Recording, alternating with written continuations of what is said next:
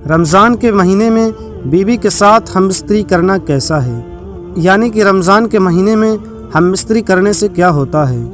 اور ساتھ میں ہم آپ کو رمضان کے مہینے میں ہم بستری کرنے کے 3 ایسے بڑے فائدے بتانے والے ہیں جن کو آپ نے کبھی نہیں سنا ہوگا۔ تو چلیے ویڈیو کو شروع کرتے ہیں۔ دوستو، ہمارے معاشرے کے اندر رمضان کے مہینے میں ہم بستری کرنے کو لے کر بہت سی باتیں پھیلی ہوئی ہیں۔ اکثر لوگ اس کے بارے میں پوچھتے رہتے ہیں کیا وہ رمضان کے مہینے میں اپنی بیوی کے ساتھ ہم بستری کر سکتے ہیں یا نہیں۔ اس کو لے کر کئی لوگ سمجھتے ہیں کہ رمضان کے مہینے میں ہم بستری کرنا حرام ہے، اور کچھ لوگ یہ سوچتے ہیں کہ رمضان میں ایسا کرنا گناہ کا کام ہے۔ تو کچھ لوگوں کا یہ ماننا ہے کہ رمضان میں ایسا کرنا غلط ہے، لیکن آج آپ کو حدیث پاک کی روشنی میں بتاتے ہیں کہ رمضان کے مہینے میں ہم بستری کرنا جائز ہے، صرف روزے کی حالت میں ایسا کرنا منع ہے، یعنی کہ حرام ہے۔ باقی آپ رات میں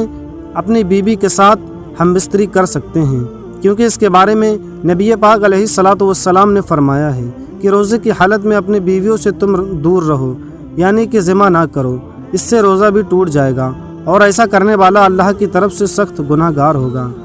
یاد رکھیں، رمضان کے مہینے میں جس طرح کھانے پینے سے روکا گیا ہے، منع کیا گیا ہے، ٹھیک اسی طرح بیوی سے بھی ہم بستری کرنے سے منع کیا گیا ہے، مگر یہ کام آپ رات کے وقت میں کر سکتے ہو۔ جس طرح میں آپ رات کے وقت میں کھا پی سکتے ہو، اسی طرح سے اپنی بیوی کے ساتھ ہم بستری بھی کر سکتے ہو۔ اور یہی نہیں، آپ ایسا دن کے حصے میں بھی کر سکتے ہو اگر میاں بیوی دونوں نے کسی خاص وجہ سے روزہ چھوڑ رکھا ہے، لیکن اگر کسی ایک نے بھی روزہ رکھا ہے تو آپ پھر ایسا نہیں کر سکتے ہو، یعنی کہ روزے کی حالت میں ہم بستری کرنا سخت گناہ اور حرام کا کام ہے۔ آئیے اب جانتے ہیں رمضان میں ہم بستری کرنے کے 3 بڑے فائدے۔ نمبر 1، رمضان کے مہینے میں ہم بستری کرنے کا سب سے بڑا فائدہ تو یہ ہے کہ اگر کوئی شخص اس مبارک مہینے میں اپنی بیوی کے ساتھ میں ہم بستری کرتا ہے تو اللہ تعالیٰ اسے نیک اولاد سے نوازتا ہے، یعنی کہ اسے نیک اولاد پیدا ہوتی ہے، کیونکہ اللہ تعالیٰ نے رمضان کے مہینے میں اپنی خاص رحمتیں برکتیں نازل فرماتا ہے۔ اس مہینے میں ہر مسلمان اللہ کی خاص عبادت کرتا ہے،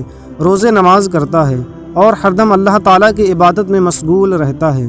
جس کی وجہ سے ایمان میں تازگی پیدا ہوتی ہے۔ دوستو، آپ نے دیکھا ہوگا کہ اللہ تعالیٰ کے جتنے بھی ولی اولیاء ہوئے ہیں ان سب کی اولادیں بھی نیک پیدا ہوئی ہیں۔ اس کی وجہ صرف اور صرف یہی ہے کہ وہ ہر دم اللہ تعالیٰ کی عبادت کرتے ہیں،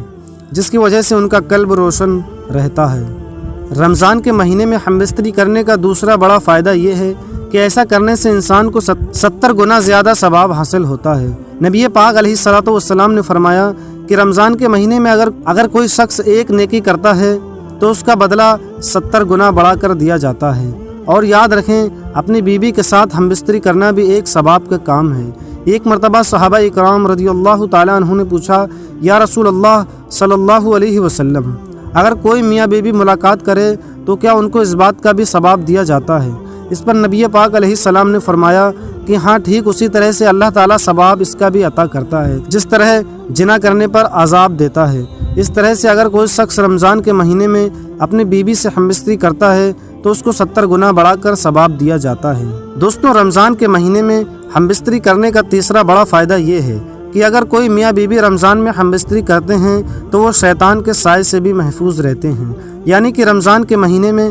شیطان کی شرارتوں سے وہ دور رہتے ہیں۔ رمضان کے علاوہ اور دنوں میں شیطان بیوی کے کمرے میں داخل ہو جاتا ہے اور وہ بیوی کے ساتھ میں شرارتیں کرتا ہے، جس کی وجہ سے پھر شیطانی شرارتیں والی اولاد پیدا ہوتی ہیں۔ ہمارے نبی صلی اللہ علیہ وسلم نے فرمایا کہ شیطان انسان کا کھلا دشمن ہے، ہر دم انسان کے دماغ میں وسوسے ڈالتا رہتا ہے، مگر یاد رکھیں رمضان کے مہینوں میں شیطانوں کو جنزیروں سے جکڑ دیا جاتا ہے، جس کی وجہ سے انسان رمضان کے مہینے میں شیطان سے محفوظ ہو کر بیوی سے ہم بستری کرتا ہے، جس سے نیک صالح اولاد پیدا ہونے کے چانس ہوتے ہیں۔ دوستو، رمضان کے مہینے میں ہم بستری کرنے کے لیے 3 بڑے فائدے ہیں، مگر یاد رکھیں یہ کام روزے کی حالت میں کبھی نہ کریں، کیونکہ روزے کی حالت میں ایسا کرنا حرام اور گناہ کا کام ہے۔ ناظرین، اگر آپ کو یہ ویڈیو پسند آئی ہو تو لائک کر کے چینل کو سبسکرائب کریں۔ آپ کا کوئی کوشچن ہو تو کامنٹ سیکشن میں پوچھ سکتے ہیں۔